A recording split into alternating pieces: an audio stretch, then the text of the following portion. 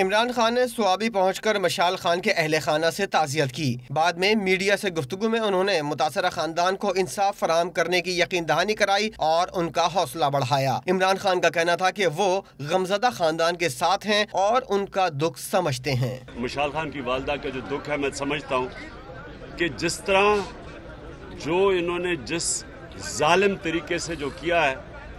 مقصد کچھ اور تھا، وجہ کچھ اور تھی، توہین رسالت کا بہانہ مارا، اور سب کے سامنے یہ، کیونکہ آج کل یہ موبائل فون کا زمانہ، ساری قوم نے دیکھا کہ جانور بھی اس طرح کی حرکتیں نہیں کرتے جو وہاں کیا، وہ جو حرکت کی گئی۔ تو میں صرف یہاں اقبال خان آپ کو، آپ کی فیملی کو یقین دلانے آیا ہوں کہ انشاءاللہ یہ ہم پیچھے نہیں ہٹیں گے، چاہے وہ پی ٹی آئی کا ہو، چاہے وہ جس جماعت کا ہو، جو بھی اس جرم میں ملوث ہے، ہم پوری زور لگائیں گے ان کو پکڑوانے میں۔ مشال کے والد کا مضبوط سہارا چھین لیا گیا، مگر اس کے باوجود ان کے حوصلے بلند ہیں۔ ہر ایک آدمی جو ہے نا، ہر پلیٹ فارم سے، میں نہیں کہتا ہوں کہ ایک سے، وہ تمام